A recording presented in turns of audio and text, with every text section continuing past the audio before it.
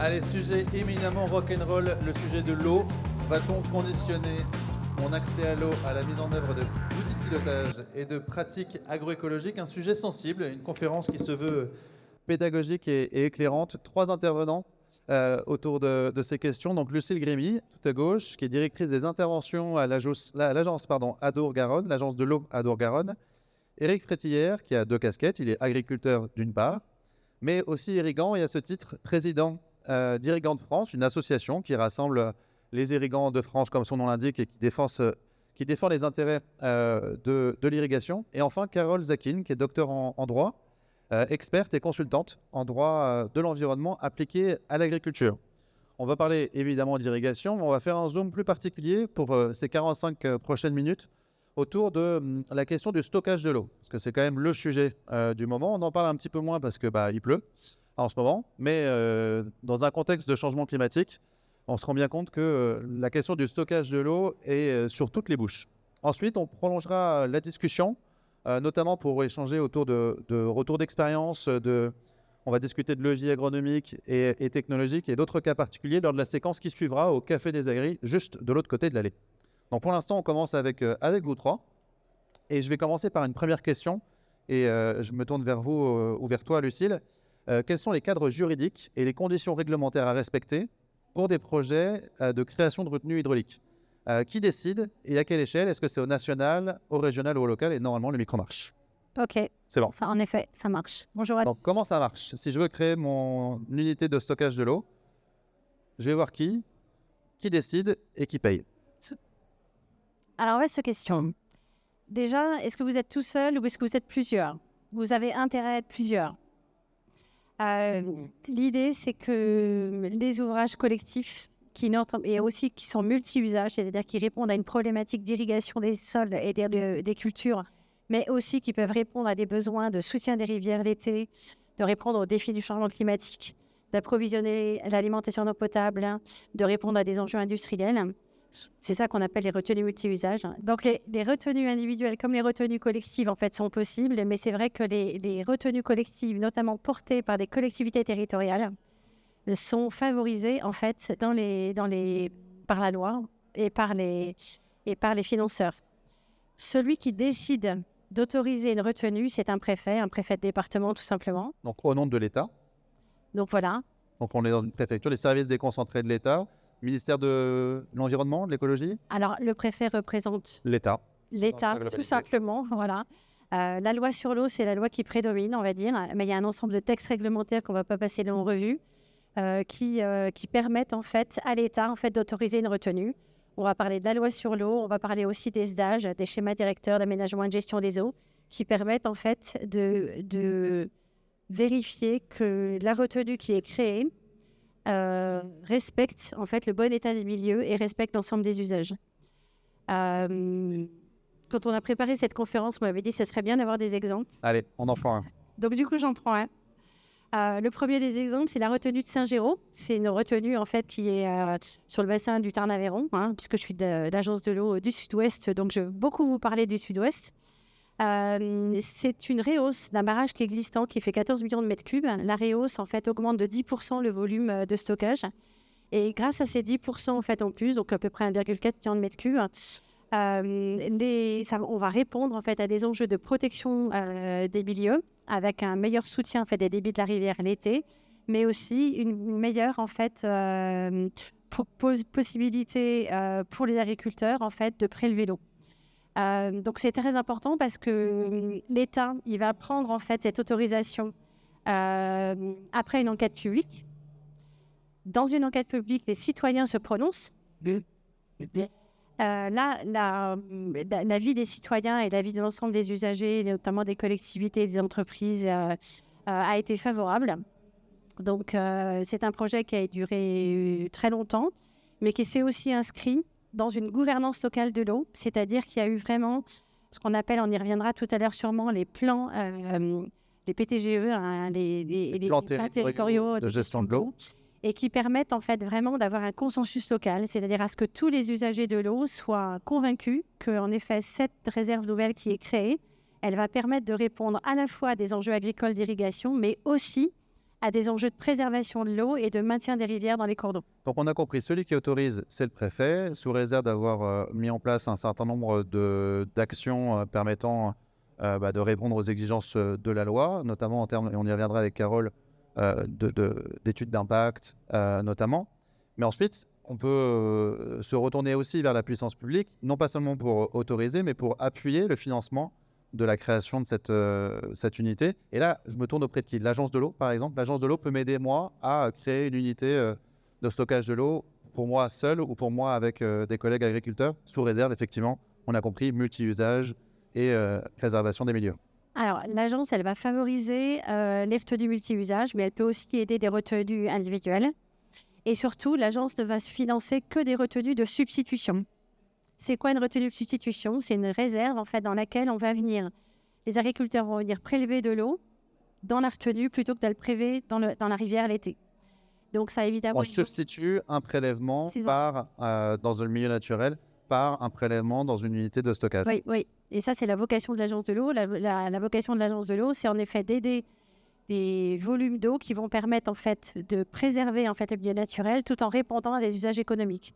Ce qu'on cherche, c'est à concilier enjeux environnementaux et usages économiques et aussi enjeux d'eau potable. Et on va y revenir. Les conditions pour accéder à ces financements là, peuvent porter sur des pratiques agroécologiques ou la mise en œuvre d'outils de pilotage. Je me tourne vers toi, Eric. Du coup, je me permets de tutoyer tout le monde, c'est ça? Ah oui, tout à fait. Parfait. Oui. Pourquoi, finalement, on parle autant d'eau en agriculture en ce moment? Pourquoi est-ce qu'on a besoin de plus de stockage de l'eau? Eh bien, tout simplement parce que pour produire, il faut de l'eau. Et sans eau, il n'y a pas de vie. Et sans eau, il n'y a pas de production agricole. Et si on regarde les enjeux auxquels sont confrontés le monde agricole aujourd'hui, c'est d'abord, le changement climatique, et 2, cette volonté de préserver notre souveraineté alimentaire et limiter nos importations. Et je crois qu'on a tout en France de réuni pour pouvoir répondre à ce challenge-là. Alors, le changement climatique, c'est quoi? C'est une augmentation des températures qui est avérée. Maintenant, il n'y a plus de contestation possible là-dessus. Oui, je crois que les agriculteurs, au moins depuis 5 ans, se rendent bien compte que le changement climatique, avec les aléas plus fréquents et plus intenses, ça, tout le monde souscrit à cette... On est en première liste du changement climatique, et même avec des aspects un peu méconnus qu'on n'attendait pas. C'est des printemps plus précoces et avec des gelées plus tardives et qui font un dégât catastrophique, notamment au niveau de l'arboriculture et de la viticulture. Donc, fort de ce constat, au niveau de l'eau, qu'annonce le GIEC, et il y a plusieurs études, notamment de l'INRAE, d'Explore 2, qui annoncent que les volumes d'eau vont rester constants. Ils vont se répartir un petit peu plus dans la partie nord de la France, un peu moins dans le sud. Mais dans tous les cas, sur Explore 2, ce qui est tout à fait intéressant, il y a tout un tas de scénarios qui ont été mis en place. Et ce qu'on peut constater, c'est que dans tous les scénarios qui sont présentés, on aura plus d'eau en hiver qu'en été. Donc, bien évidemment, des accès d'eau dans les périodes hivernales, les besoins en eau du monde agricole, essentiellement, sauf pour les cultures d'hiver, se cantonnent au printemps et à l'été, donc à une période où on n'a pas ou très peu d'eau, et de moins en moins avec le changement climatique. Donc, le stockage de l'eau fait partie des solutions. Mais pour répondre à de tels enjeux, ce ne sera pas la seule solution, ce n'est pas une solution unique. Lucille a évoqué la substitution, il y a beaucoup d'autres solutions. Ça peut être des retenues collinaires, par exemple, dans un fond de vallon où on crée une digue pour retenir de l'eau. Ça peut être des projets, des barrages restructurants pour maintenir également l'étiage en période d'été. Donc, il y a un mix de solutions. Et puis après, on aura peut-être l'occasion d'en reparler, mais il y a également la réutilisation des eaux usées traitées dans lequel il faudra regarder. Il faut regarder aussi dans les transferts. On a la chance d'avoir en France des grands cours d'eau, des grands axes. Je pense au Rhône, je pense à la Seine, je pense à la Garonne. Donc, tous ces grands cours d'eau-là, eh bien, peut-être qu'on peut transférer de l'eau vers des axes qui sont beaucoup moins privilégiés. En tout cas, on comprend qu'il y a un enjeu à desserrer l'étau sur le volume d'eau, on va dire, rendu disponible pour l'agriculture. Mais là, on l'a compris. Lucille, ça s'associe, on associe à cet enjeu de desserrer les taux quelques conditions, notamment du côté de l'Agence de l'eau, quant au financement de la création de ces unités. Alors, pour reprendre le sujet des conditions, d'une part, l'agence, en effet, est un important financeur. Il n'y a pas que l'agence qui finance, hein. Les régions peuvent également financer, l'État peut également financer. Et tout ça, c'est encadré aussi par les règlements européens. Il se trouve que ça ne vous a pas échappé. En fait, il y a eu pas mal de contestations sur des créations de réserves. Pour certaines très violentes. Voilà. Donc, tout le monde entend parler de Sivens, par exemple, dans le Tarn, Sainte-Soline encore récemment. Et en fait, ce dont on se rend compte, c'est que la loi ne suffit pas. Ce n'est pas parce que vous respectez la loi, mais que le préfet prend un arrêté et que cet arrêté, en effet, respecte tous les enjeux de la loi, que c'est accepté socialement. Donc, comment réussir une acceptation sociale? Comment faire en sorte qu'une réserve qui a sa vocation, en fait, de répondre à des enjeux environnementaux et d'usage économique aille au bout du chemin, soit autorisée, soit financée, se mettre en œuvre et puisse rendre des services et les co-bénéfices qui sont attendus. Et donc, pour ça, l'Agence de l'eau, dans le cadre de consensus politiques qui ont été conduits avec l'ensemble des instances, c'est les associations de protection de la nature, évidemment, les agriculteurs, les entreprises, les collectivités. Au sein du Parlement de l'eau qu'anime et qu'héberge l'Agence de l'eau. Qu'on appelle le comité de bassin, et puis qui traduit ensuite ces décisions politiques dans des décisions de conseil d'administration. L'idée, c'est de dire il faut, en fait, pour avoir ce consensus en fait, local, c'est que l'ensemble des conditions soient réunies et que cette création en fait, de réserves en eau fasse l'objet d'une évidence que c'est pour de la valeur ajoutée. C'est-à-dire qu'il n'y a pas de confiscation de l'eau pour l'agriculture et il y a aussi une valorisation, c'est-à-dire que chaque goutte d'eau en fait, est valorisée à l'optimum. Et ça veut dire quoi? Ça veut dire que une condition en fait de transition agroécologique est demandée en effet dans les financements de l'Agence de l'eau. Il y a plusieurs choses. Il y a le portage politique par une collectivité territoriale. Je vous en parlais tout à l'heure à votre première question. Ça, c'est une obligation, ou, enfin, en tout cas pour obtenir les financements, ou c'est une forte recommandation? C'est une très forte recommandation. Pourquoi? Parce qu'une collectivité territoriale, c'est en fait des élus qui ont été... qui représentent les intérêts généraux. Qui représentent l'ensemble des intérêts et qui ont une capacité en fait à fédérer l'ensemble des acteurs, qui ont une capacité en fait à fédérer et à démontrer l'intérêt général. C'est ça l'intérêt. Si je reformule, les conditions de succès d'un projet qui arrive au bout ne sont pas toutes réunies dans la loi. Et donc, pour compléter cette loi, vous rajoutez des conditions dans les cahiers des charges permettant l'octroi de financement. Du coup, je me tourne vers Carole. C'est bien ça l'enjeu dans toutes nos discussions, c'est distinguer ce qui relève du droit de l'environnement, on va dire, dans le dur, le code de l'environnement, de ce qui relève de conditionnalité de l'argent public, d'autre part. J'irai même encore plus loin en écoutant ce qui vient d'être dit. On est en train de parler de la distinction entre la légalité, la légitimité et le financement. Alors, en tant que juriste, évidemment, j'aime bien quand il y a de l'ordre.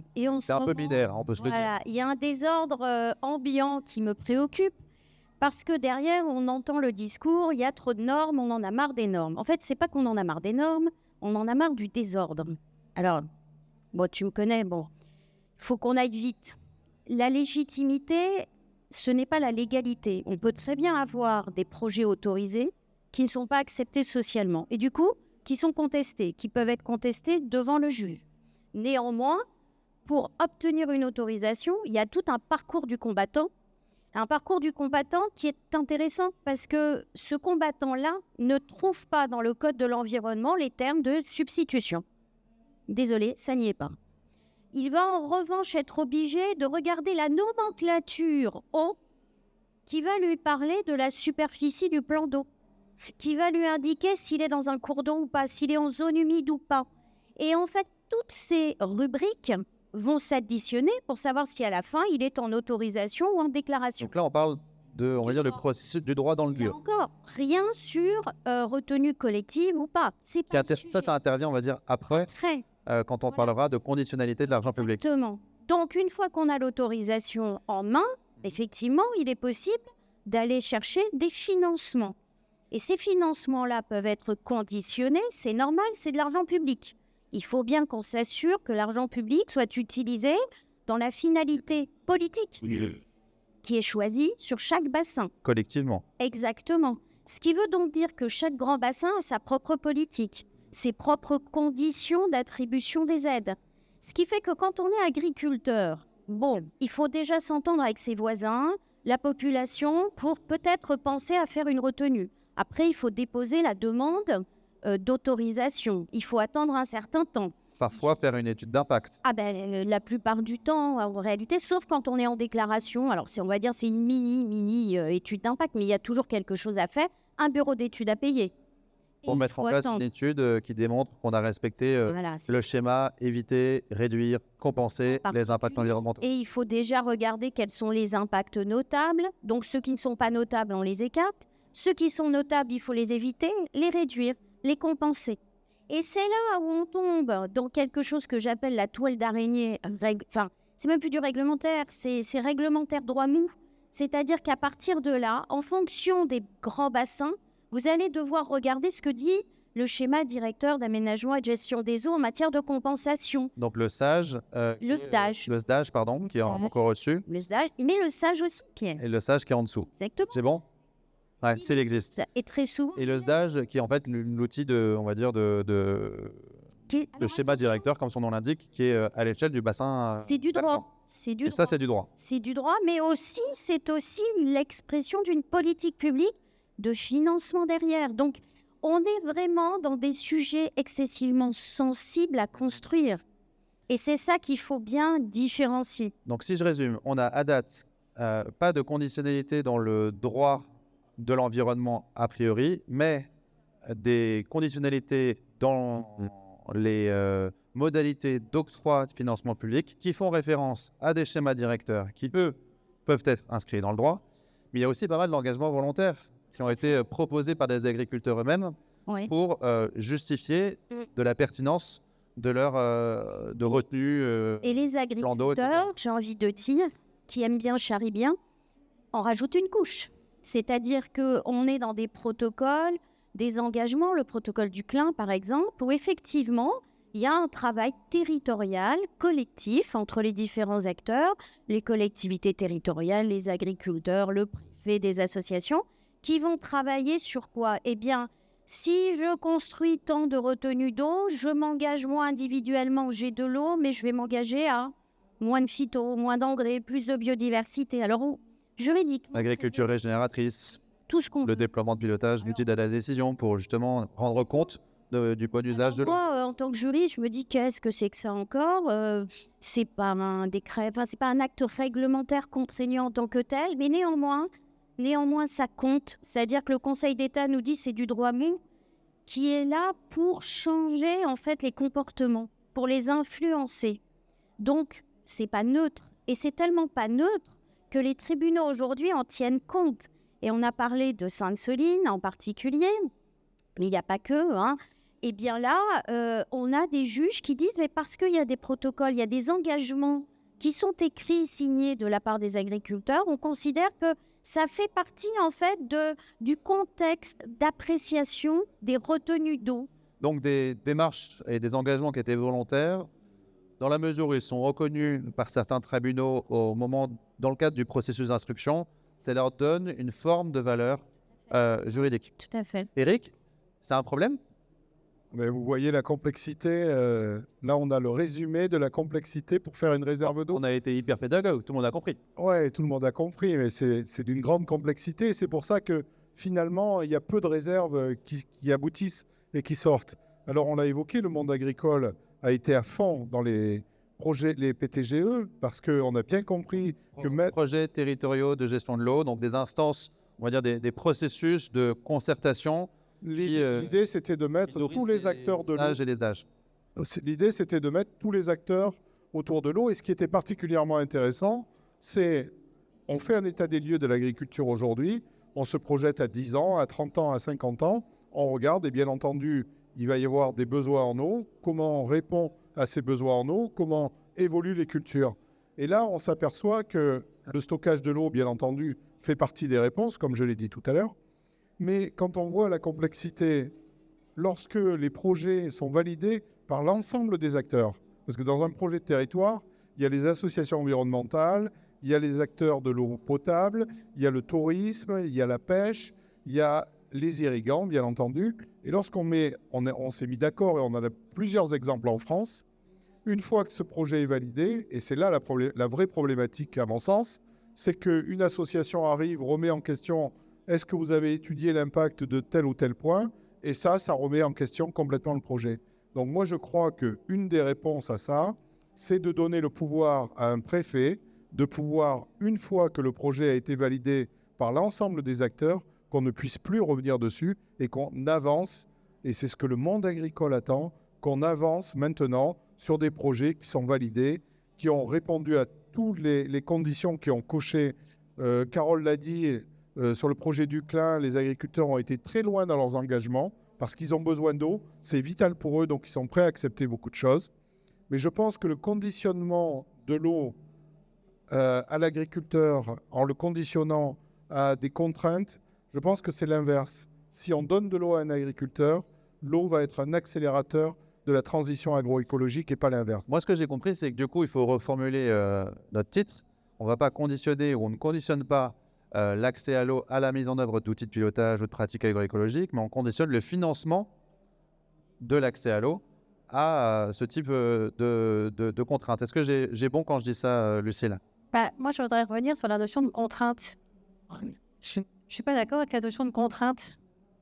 En fait, les agriculteurs sont des chefs d'entreprise. Quand on crée une retenue, il faut que cette retenue elle soit valorisée. Ça a un coût. Même si c'est financé jusqu'à 80% de fonds publics, ça a quand même un coût pour les agriculteurs, en investissement, mais aussi en fonctionnement. Et ça veut dire que il doit intégrer, en fait, dans sa production agricole, la valorisation de l'eau qu'il va pouvoir faire. Il est aussi obligé d'intégrer le changement climatique. Est-ce que cette retenue va se remplir avec éventuellement moins d'eau l'été ? Est-ce qu'il va pouvoir faire des cultures qui vont valoriser cette eau avec le changement climatique, augmentation de température, Eric l'a dit tout à l'heure, augmentation des maladies, sécheresse des sols, etc. Et donc les agriculteurs, en fait, ils en ont tout à fait conscience de ce changement climatique et ils ne raisonnent pas l'agroécologie comme une contrainte, mais comme une richesse, parce que grâce à cette eau qui va être créée, ils vont pouvoir la valoriser, mais avec des cultures à haute valeur ajoutée, et qui permettent en fait d'avoir une durabilité économique et financière de leur exploitation. Donc plutôt qu'une contrainte, c'est une chance. Est-ce que l'agroécologie devient une condition de l'accès à l'eau, ou est-ce que l'accès à l'eau, et Eric, je pense que ça va vous plaire ce que je vais vous dire, est-ce que, donc, si, je pense, l'agroécologie comme condition d'accès à l'eau, ou l'accès à l'eau comme condition de l'agroécologie ? Mais moi, je vous l'ai dit tout à l'heure, c'est accès à l'eau qui va accélérer la transition agroécologique. Mais pour revenir à ce que disait Lucille, l'agence de l'eau ne finance que de la substitution. Ça veut dire que c'est déjà des irrigants qui irriguent sur des cours d'eau. Donc on leur propose... Il n'y a pas de développement de nouvelle irrigation ? Non. Ce n'est pas le rôle de l'agence de l'eau. Ça peut être financé par les régions ou par l'État, mais pas par l'agence de l'eau. L'agence de l'eau, elle cherche à rattraper des déséquilibres quantitatifs. Donc il y a un problème entre des usages et des milieux. Le milieu, la biodiversité n'est pas satisfaite. On cherche à récupérer ce déficit et l'agence de l'eau intervient que sur le déficit. Et là on touche le vrai problème du stockage de l'eau, il est là. Parce que comme les agences de l'eau ne peuvent pas aider financièrement, eh bien les projets n'aboutissent pas. Mais on peut aller voir l'État et les régions. On peut aller voir les régions. C'est ce qui se fait. Les régions via des financements européens, notamment les projets FEADER. Mais ce n'est pas suffisant. Il faut aller aussi loin. Et au niveau du financement, je pense que le monde agricole aussi doit investir, que ce soit l'amont agricole ou l'aval, il doit investir dans ces projets parce que c'est l'avenir de notre agriculture. Mais là, juste revenir un instant, il y a des enveloppes importantes sur le stockage de l'eau qui sont non utilisées à l'agence de l'eau pour une raison très simple. Ce n'est, Lucille l'a dit très clairement, que de la substitution et on contraint un agriculteur à une baisse de volume de 10%. Vous l'avez donc, comment un agriculteur peut aller investir dans du stockage quand on va lui dire non, tu pompes plus dans le cours d'eau, tu investis dans la réserve, mais on te baisse ton volume de 10%. Et en plus, donc ça ne marche pas. Lucille, on l'a dit, il y a une condition... le financement de l'agence de l'eau est conditionné à la mise en œuvre des pratiques, et notamment des enjeux de préservation de l'environnement. Est-ce qu'il y a des obligations de réduction de volume, telles que l'évoque Eric ? Alors, tout le monde a entendu parler du plan eau. Oui. Tout le monde a entendu parler d'une stratégie de sobriété. qui concerne qui? Qui concerne les citoyens et les collectivités, qui concerne les industriels et les entreprises, et qui concerne les agriculteurs. Cette stratégie de sobriété, elle vise quoi? Elle vise à faire des économies d'eau, parce que les économies d'eau, c'est le sens de l'histoire. Le sens de l'histoire, c'est le changement climatique, et le sens de l'histoire, c'est les économies d'eau. Pour autant, quand l'agence aide une création de réserve de substitution, elle est palliée à faire ce 10% d'économie. Par contre, dans la transition agroécologique, c'est quoi? C'est changer de pratique agricole, c'est avoir une agriculture de conservation des sols, c'est couvrir les sols l'hiver, par exemple, c'est d'avoir des rotations de cultures plus longues, c'est d'allonger les rotations, c'est de diversifier les cultures, et c'est de permettre, en fait, finalement, de valoriser l'eau des sols par des pratiques agroécologiques qui sont plus satisfaisantes. Donc, ça fait partie du mix de solutions dont parlait Eric tout à l'heure. Par contre, quand on va venir financer les agriculteurs sur du matériel hydroéconome, c'est-à-dire bridge, sonde capacitive pour irriguer au bon moment et au bon endroit, là, en fait, ce sont des aides directes à des agriculteurs. Et comme on le fait pour les industriels, comme on le fait pour les collectivités, on va venir, comme condition d'éligibilité, rechercher en fait une trajectoire pour viser 10% d'économie d'eau de prélèvement. Donc, on fait une petite pause. Sur le financement de la retenue d'eau, l'agence de l'eau met des conditions liées aux pratiques, que ce soit l'emploi d'outils ou des pratiques agronomiques. Ça, c'est conditionné. Je veux faire financer mon projet de réserve. Je dois déposer un projet qui montre que nous, agriculteurs, collectivement, on s'engage dans cette trajectoire-là. En revanche, pas a priori de conditions qui portent directement sur le volume. Oui, puisque c'est de la substitution. Parce que c'est de la substitution. Vous prélevez 100 dans la rivière, vous prélevez 100 dans votre retenue. J'ai le droit de prélever autant. Exactement. Sauf si je veux faire financer par ailleurs ces 10 outils de pilotage, où là, par définition, ces outils de pilotage ont pour vocation de faire des économies d'eau. Donc là aussi, je dois démontrer, pour le coup, une économie d'eau. Mais très bien. J'ai compris que pour que la retenue d'eau soit financée, il faut qu'elle soit inscrite dans le PTGE. Et là, par contre, le PTGE, lui, il fait référence à des économies d'eau, si je ne me trompe pas. Le PTGE, il fait référence à un mix de solutions, c'est-à-dire pas forcément une contrainte en termes de réduction de volume. Bah, Carole, vas-y, réagis si tu veux. Si. Oui, parce en fait, quand on dit mix de solutions, alors c'est du jargon, évidemment, nous on se comprend. Ça veut dire en fait qu'on va chercher des solutions sans regret, des solutions structurantes. Donc tout ce qui est préservation d'une zone humide, par exemple, infiltration d'eau dans les sols, ça concerne également les collectivités, hein, tout ce qui est renaturation des villes, par exemple. Tout ce qui est donc solutions fondées sur la nature, aménagement également de réserves existantes, qui n'est pas la création. C'est plus facile en fait d'être autorisé sur un aménagement de réserve existante, le barrage de Saint-Géraud dont je vous parlais en introduction, que d'en créer une nouvelle. C'est aussi de la réutilisation des eaux usées non conventionnelles. On prend l'eau d'une station d'épuration, on la traite, on la stocke, et au lieu que les agriculteurs prélèvent dans le cours d'eau, ils vont prélever dans cette retenue stockée. Donc un mix de solutions, c'est tout ça, et les économies d'eau font partie du mix de solutions. Mais en global, pas forcément sur cette retenue d'eau-là en particulier que je cherche à financer. C'est ça que je comprends aussi. Si, parce que le PTGE, si on veut un consensus local, si on veut justement cette acceptation sociale par l'ensemble de la gouvernance A5, et notamment des associations de protection de la nature, la valorisation en fait, de ce que font les agriculteurs est très importante. On pourra peut-être en reparler, mais les agriculteurs font déjà énormément de choses. Les filières bas niveau d'impact ne sont pas récentes. Il y a énormément de filières qui se développent, notamment par des groupements d'agriculteurs. Quand on regarde, nous, l'évolution de la sol irriguée sur le bassin Adour-Garonne, ça a énormément changé depuis 20 ans. Le maïs irrigué baisse, le maïs semence irrigué baisse. Au profit du tournesol, du soja? Au profit de céréales, qui ne sont pas le maïs, au profit des légumes, au profit des fruits, au profit du maraîchage. Mais qui sont aussi irrigués. Qui sont irrigués, c'est-à-dire que la sol irriguée, elle ne change pas.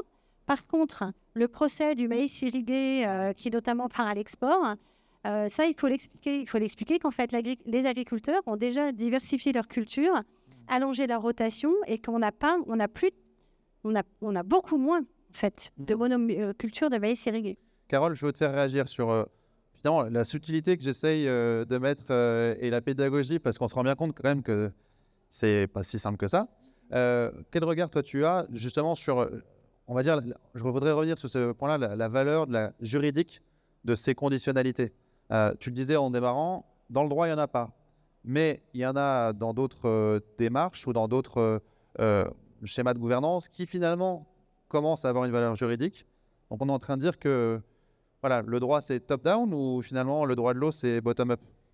C'est un peu tout. C'est-à-dire qu'il y a un cadre national et puis qui va être décliné sur les territoires, au plus près des territoires, puisque on va descendre jusqu'aux sages et même encore en dessous des sages. La question qui est posée aujourd'hui, effectivement, c'est cette compréhension globale du dispositif. Parce que quand on dit, et j'entends qu'il faut faire accepter finalement au préalable le stockage de l'eau. Néanmoins, si on ne va pas jusqu'à l'inscrire quelque part dans une loi, disant qu'à partir du moment où un projet a fait l'objet d'une acceptation sociale, eh bien, il faut qu'il y ait l'autorisation. Sinon, qu'est-ce qu'on vit aujourd'hui? On vit effectivement des PTGE, on est en plein dans le droit mou, alors on va mettre 10 ans à faire ça, très bien. Ce serait un droit qui tombe d'en haut, tu dirais, oh là là, ça ne tient pas compte des spécificités territoriales, etc. Oui, mais ce n'est pas parce qu'aujourd'hui les personnes sont autour de la table que ça leur interdit le droit d'initier des contentieux. Ça, c'est la première chose. On peut être d'accord une première fois et finalement remettre en cause cette décision commune. Et c'est systématique. Et là, pour un coup, ce n'est pas une attaque, c'est un constat. Les associations sont autour de la table. Et puis, au moment où, au bout de 10 ans, c'est fini, et on dit aux agriculteurs, « Ah, vous allez peut-être pouvoir demander des financements », hop, il y a les associations qui vont devant le juge. Et le juge va forcément trouver quelque chose parce que les fameuses études d'impact dont on parlait tout à l'heure sont d'une complexité incroyable puisque, en réalité, il y a rien de spécifique au stockage de l'eau là, dans tout ce qui est exigé. Donc, c'est un travail incroyable et effectivement qui dépend de chaque projet. Chaque retenue d'eau doit... Mais dans un sens, heureusement, ce serait un cadre qui tomberait... Évidemment, mais ça veut dire qu'à un moment donné, très bien, faisons de l'acceptation sociale, mais allons jusqu'au bout du raisonnement. Et une fois que c'est accepté... Sinon, en fait, on passe notre vie à discuter. C'est un jour sans fin. Exactement. Et puis, je voudrais quand même faire une petite remarque. Là, on parle du stockage de l'eau, mais encore faut-il avoir quelque chose à stocker. C'est-à-dire que, effectivement, j'entends bien alors la subtilité, sobriété, économie.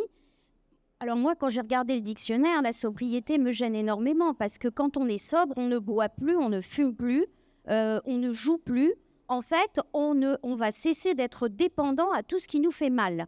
Sous-entendu, l'eau, finalement, ça nous fait mal, ça fait du mal à l'agriculture, il faut s'en passer. Donc là aussi, il y a des mots... On a compris qu'on ne pouvait pas. Mais c'est ça, en fait, et là, c'est vraiment un constat, l'agriculture est dépendante de l'eau. Donc, aller toujours sur les plans de sobriété, je veux bien, mais l'agriculture dépend de l'eau. Et je terminerai en disant, parce que là aussi, c'est une complexité, c'est un constat, il n'y a plus d'agroécologie en droit. Alors que c'était dans la loi agricole qui vient d'être votée a remplacé les termes agroécologie par transition climatique et environnementale avec une innovation technologique, agronomique. Donc, plus d'agroécologie, on est d'abord en transition. Et là aussi, ça change tout. Oui, alors que c'était en 2014, sauf erreur, que ça avait été introduit dans le droit. Et c'est là où on a fait connaissance, d'ailleurs, Pierre. Voilà. Et ça aussi, alors, ça veut dire qu'on est dans une dynamique qui va devoir être intégrée dans toute la réflexion sur l'eau, parce qu'on l'a compris, alors on a beau rêver de simplification, ça ne se fera jamais parce que l'eau est complexe et ce sera toujours complexe. Mais la dynamique aujourd'hui, elle va être véritablement cette transition pour accompagner l'agriculture et donc lui permettre de faire. Et c'est sûrement ça le changement. Éric ? Oui, alors, moi je ne suis pas du tout d'accord avec Carole. Moi je trouve que la sobriété,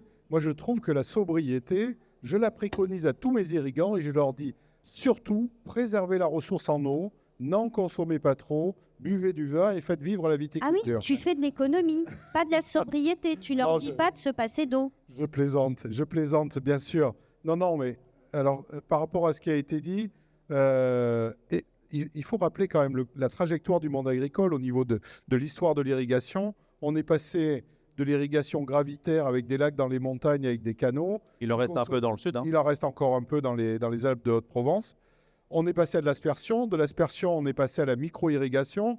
De la micro-irrigation, aujourd'hui, on est au goutte à goutte. Pas tout le monde. Pas tout le monde, parce que toutes les cultures ne peuvent pas s'y adapter. Mais là où c'est possible, on le fait.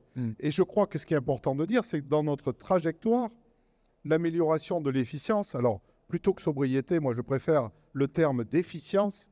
Et au niveau de l'efficience, c'est-à-dire qu'avec le même volume d'eau, on produit beaucoup plus.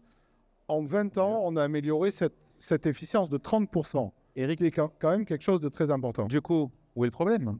Si jamais vous faites déjà ça, pourquoi conditionner Le problème, le financement c'est Lucille, à la le mise en problème. œuvre de... Si elle nous aidait, mais elle ne fait aucun effort.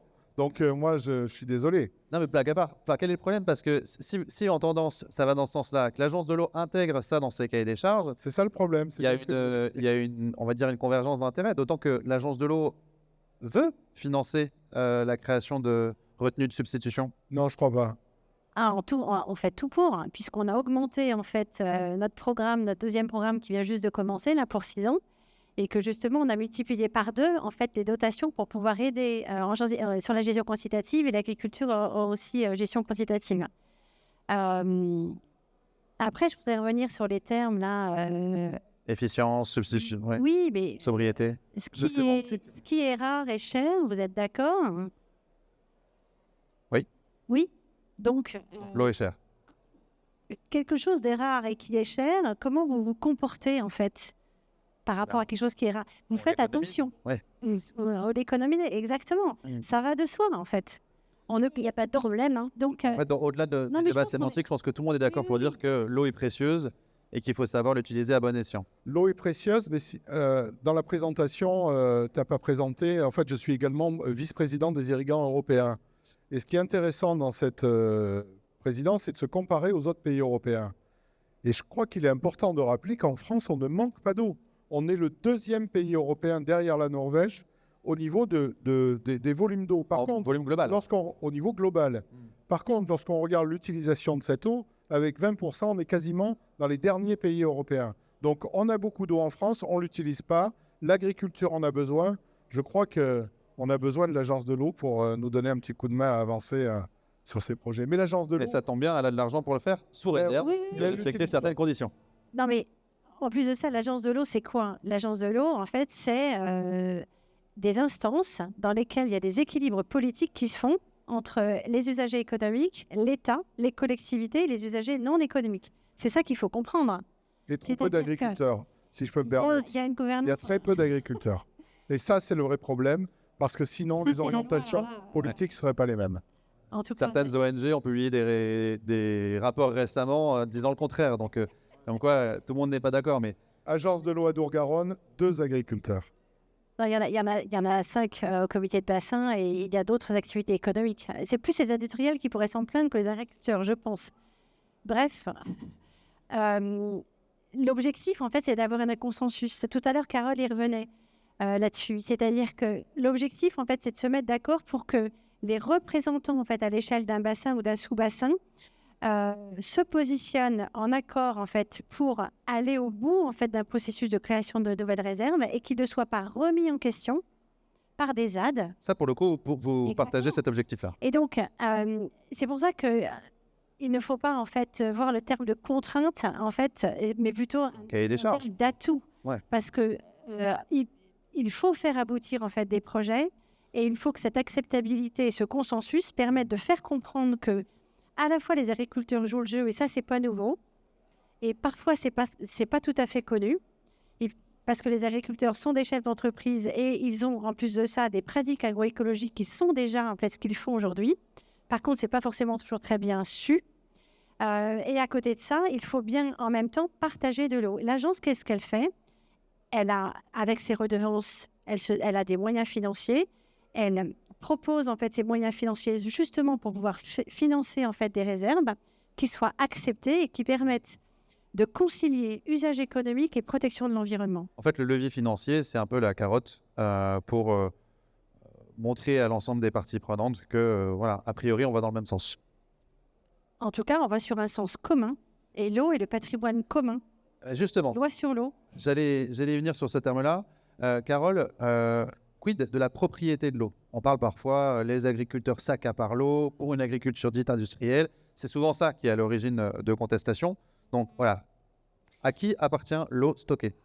Alors, l'eau qui est stockée appartient à l'agriculteur. C'est-à-dire que l'eau stockée reste propria puisqu'elle est rattachée au sol. Une fois qu'on a dit ça, on n'a pas résolu la question.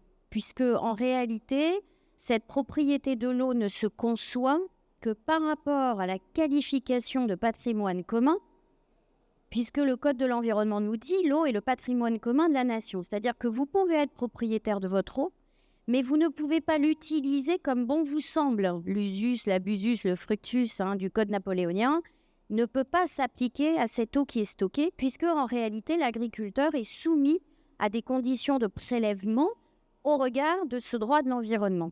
Alors, si j'ai juste 2 minutes, Vas-y. bon, je voudrais quand même revenir sur ces discussions, l'eau, bien commun, patrimoine commun, les agriculteurs s'accaparent l'eau, etc. Derrière, il y a quoi? Déjà, il y a une stratégie politique extraordinaire de certaines associations qui veulent démontrer par là que puisque les agriculteurs s'accaparent l'eau, ils ne sont pas légitimes à faire partie de ces instances de concertation puisqu'il y aurait des conflits d'intérêts. C'est-à-dire qu'ils défendraient leurs intérêts privés et non pas les intérêts communs d'un bassin. Et ça, effectivement, c'est tout un travail culturel qui est mené, c'est la communication de ces associations. Alors tout le monde, au bout d'un moment, se dit « les agriculteurs s'accaparent l'eau ». Non, ils aimeraient bien, mais ils ne peuvent pas. Juridiquement, ils ne peuvent pas. Désolé, Eric. Bon, c'est comme ça. Après, il y a ces termes aussi, c'est pour ça que je suis très attachée au terme, le bien commun.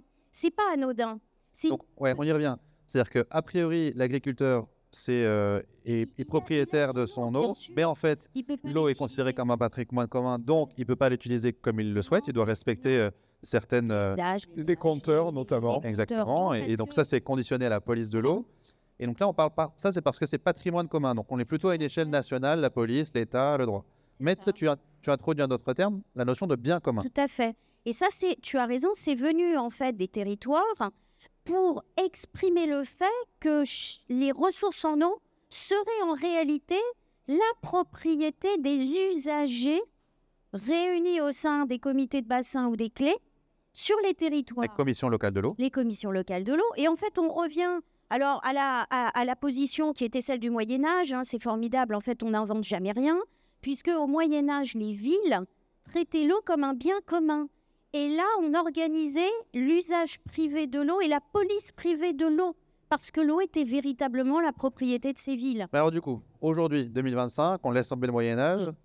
Politique nationale ou politique locale de l'eau? C'est les deux. Et moi, mon souci aujourd'hui, c'est le manque d'articulation entre les deux. C'est-à-dire qu'on peut très bien avoir au niveau national, alors, et je parle de droit. Alors là, je suis désolée, bon, les plans nationaux, moins 10%, machin, bon, tout ça, c'est des déclarations politiques, très bien, c'est des choix politiques. Mais les tribunaux peuvent y faire référence. Pour l'instant, le moins 10%, je ne l'ai pas vu, c'est des postures politiques. Mais en revanche, aujourd'hui, on voit bien qu'au niveau national, il y a une respiration qu'on essaie de donner, en particulier au stockage de l'eau. La preuve en est que la loi agricole qui vient d'être votée reconnaît que les réseaux d'irrigation doivent être développés parce qu'ils présentent un intérêt fondamental pour la nation. On a des arrêtés qui sont adoptés au niveau national pour dire oui, on peut implanter alors des petits stockages de l'eau dans certaines zones humides, mais on voit bien qu'au niveau local, on a des sages qui interviennent dans leurs règlements pour interdire tout ça. Donc ce qui se passe aujourd'hui, c'est qu'au travers des biens communs que s'approprient les usagers de ces instances locales de l'eau, qui se concertent au sein des agences de l'eau et de leurs commissions afférentes. Mais tout à fait. On en arrive finalement à ce qu'on ait un questionnement, en tout cas moi je l'ai, sur c'est quoi l'intérêt général de l'utilisation de l'eau par l'agriculture. Puisque, à mon sens, tous ces cumuls de biens communs et de réglementation ne font pas l'intérêt général. Ça, j'en suis convaincue. Tu me disais en préparant, la souveraineté nationale n'est pas la somme des souverainetés locales. Eric, pour autant, c'est quand même impératif d'avoir une approche territorialisée de la politique de l'eau? Ah ben oui, la problématique de l'eau, on l'imagine bien, elle n'est pas la même en Normandie que dans le sud-est de la France, mais même à l'échelle d'une région. On entre différents départements et même à l'échelle d'un département, entre le nord et le sud, l'accès à l'eau, il n'est pas du tout le même. Si vous êtes à côté d'un grand cours d'eau, si vous êtes sur ce qu'on appelle en Dordogne le petit chevelu, c'est-à-dire ces petits cours d'eau qui s'assèchent très rapidement. Donc, bien entendu, c'est ce qui rend complexe la mission nationale d'Irrigants de France, c'est que la problématique de l'eau est une problématique locale avant toute chose. Mais par contre, il est impératif de donner une orientation et un axe au niveau national pour que ce soit encadré au niveau national et avec des déclinaisons au niveau local, ce qui est absolument indispensable. Je voulais juste revenir, si je peux me permettre, il y a le projet de loi d'orientation agricole qui vient d'être voté, là, ces derniers jours, dans lequel l'intérêt général majeur de l'agriculture a été intégré. Cet intérêt général majeur, on peut le dire, il est né à Irrigants de France, avec les équipes d'Irrigants de France. Et cet intérêt général majeur est absolument fondamental parce que l'eau, en l'occurrence, dans la gouvernance de l'eau au niveau européen, on a une directive cadre sur l'eau qui est déclinée. On s'aperçoit justement dans la mission européenne, on s'aperçoit que tous les États membres ne la déclinent pas du tout de la même façon, notamment par rapport au stockage, en l'occurrence, et plus particulièrement les pays méditerranéens, on peut l'imaginer. Ensuite, au niveau en France, c'est la loi sur l'eau et les milieux aquatiques qui a un ordre de chronologie et de priorité dans la hiérarchie des normes, dans la hiérarchie de l'eau. La première, c'est l'eau potable. C'est le cas dans le monde entier. L'accès à l'eau potable, bien entendu, c'est la priorité. En France, en numéro 2, c'est le milieu et l'environnement. En numéro 3, c'est l'industrie. L'agriculture, elle se retrouve en 4e position. Ce qui fait qu'à chaque fois qu'un juge doit porter entre un enjeu environnemental et un enjeu agricole, bien entendu, la hiérarchie des normes fait qu'il va se porter sur l'environnement. Et remettre l'intérêt général majeur de l'agriculture, c'est ramener l'agriculture au niveau de l'environnement et c'est quelque chose d'indispensable parce que notre priorité, irriguer, c'est pour produire de l'aliment et l'alimentation, c'est notre souveraineté alimentaire. Je donne le mot de la fin quelque chose de fondamental. à Lucille, mais juste avant ça, cette hiérarchie des normes, elle est inscrite dans le droit? En un mot? Pas exactement. Pas exactement. Exactement. Mais la réalité fait, parce qu'il y a le droit, puis après il y a la réalité fait que oui, de façon systématique, on va dire l'eau potable, les milieux, et puis s'il reste de l'eau, ça sera Pour le pour reste. les activités économiques. Lucille, le mot de la fin de cette séquence, mais on poursuit la discussion après une petite pause juste là-bas au Café des Agris. J'imagine que vous avez plein de questions, parce qu'on a essayé d'être pédagogue, mais c'est quand même pas simple. Donc Lucille, on est d'accord quand même que cadre national, mais approche territoriale? Évidemment. Moi, je voudrais juste te dire, en tout cas, que l'agriculture irriguée n'est pas un tabou. Si on veut une agriculture en France avec le changement climatique, il faudra irriguer les cultures.